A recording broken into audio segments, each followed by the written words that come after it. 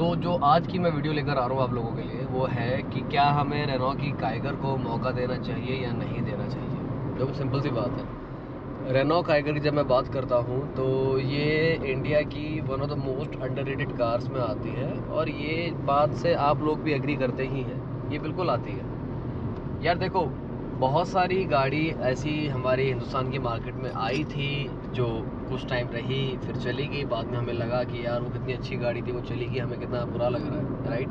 तो फोर्ड के साथ ऐसा हुआ, तो फोर्ड की कुछ कार्स के साथ हम यही फील करते थे जब वो चली गई। लेकिन जब वो थी तो उस लेवल का रिकग्निशन हम उसे नहीं दे पा रहे थे। काइगर के साथ भी सेम बात है। देखो, जस्ट बिकॉज मेरे पास काइगर है तो ये नहीं कि मैं उसकी मार्केटिंग कर रहा हूँ, बात वो नहीं है। टेस्ट ड्राइव लेने के बाद ही मैंने गाड़ी ली है और भी मैं ऑप्शंस सर्च कर रहा था, लेकिन एक जो प्राइस, सबसे बड़ी बात होती है प्राइस, राइट। जिस प्राइस सेगमेंट में ये गाड़ी आपको जो जो फैसिलिटीज़ प्रोवाइड करा रही है वो इसके कॉम्पिटिटर उस प्राइस सेगमेंट में नहीं प्रोवाइड करा पा रहे हैं। तो देखो, जो अगर आपका बजट है 10-11 लाख रुपए का, राइट, तो इसका जो टर्बो मॉडल है ना वो ले सकते हो। वो लेने का रीज़न एक सिंपल सा है, जो इसके जो आपको ड्राइविंग मोड्स मिल जाते हैं। देखो, इसमें 3 ड्राइविंग मोड्स आपको मिल जाते हैं, नॉर्मल, इको और स्पोर्ट।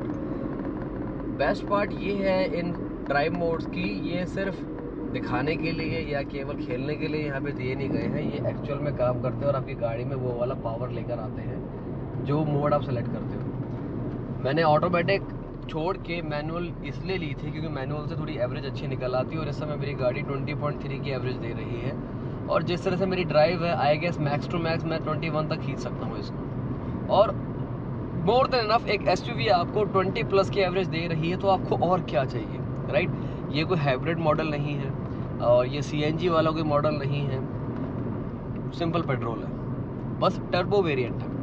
नॉन टर्बो में भी एवरेज आती है, नॉन टर्बो में भी गाड़ी चलाने का एक्सपीरियंस अच्छा है, लेकिन टर्बो में थोड़ा ज़्यादा बेनिफिशियल हो जाता है, ये इसमें कोई दो राय नहीं है।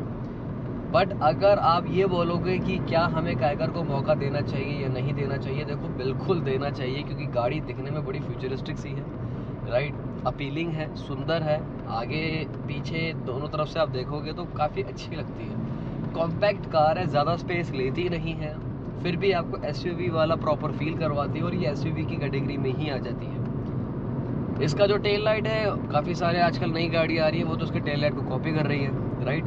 बट सिंपल सी बात देखो यही आ जाती है कि ये गाड़ी ऐसी है, आप बिना ट्राई के ये नहीं कह सकते कि भाई ये गाड़ी बेकार है।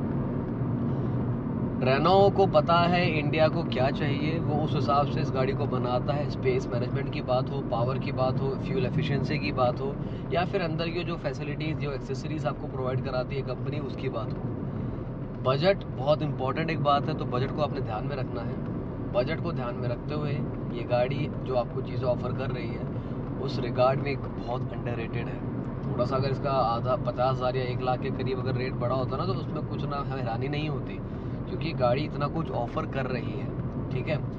हाँ, एक चीज़ है इसमें, जैसे सनरूफ नहीं है, जो इसके कई कॉम्पिटिटर्स में आप देखोगे सनरूफ है। तो अगेन जैसा मैंने बोला कि प्राइस जैसा है उस प्राइस में कुछ चीज़ें हैं जहाँ पर हम थोड़ा सा एडजस्ट करते हैं। जिसको चाहिए कि नहीं भाई मुझे तो सनरूफ वाली गाड़ी ही चाहिए, उसके बगैर कोई दूसरी गाड़ी से मेरा काम नहीं चलेगा, तो देखो फिर वो आपकी पर्सनल चॉइस है, उसमें मैं आपको कुछ वैसे नहीं कह सकता।